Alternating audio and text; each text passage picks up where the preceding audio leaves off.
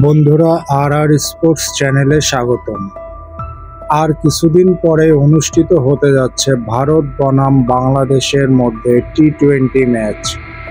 ভারত বনাম বাংলাদেশের যে কোনো ম্যাচ মানেই টান টান উত্তেজনা। আর যদি সেটা হয় টি-20 ম্যাচ, তাহলে তো কোনো কথাই নাই। ধারাভাষ্য কক্ষে তামিম ইকবাল রিশাদ হোসেনকে প্রশংসায় ভাসালেন। রিশাদ হোসেন মূলত বাংলাদেশ দলের একজন লেগ স্পিনার। তার লেগ স্পিনের ভেলকিতে বিশ্বের অনেক বাঘা বাঘা ব্যাটসম্যানও বোকা হয়ে আউট হয়েছে। তামিম ইকবাল বললেন, রিশাদ হোসেনের স্পিন ভেলকিতে ভারত দল কুপোকাত হয়ে যাবে।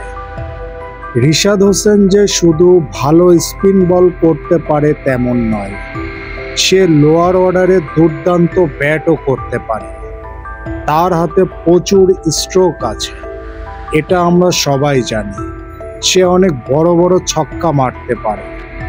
বাংলাদেশ দলের অন্যতম ভরসার নাম হলো রিশাদ হোসেন।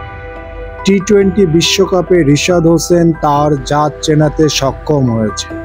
রিশাদ হোসেনের নিজের দিনে যে কোনো প্রতিপক্ষকে একাই ঘায়েল করে দিতে পারে। তার স্পিন জাদুতে নিশ্চিতভাবেই বাংলাদেশের কোটি কোটি ভক্তরা অপেক্ষা করছে রিশাদ হোসেনের স্পিন জাদু দেখার জন্য।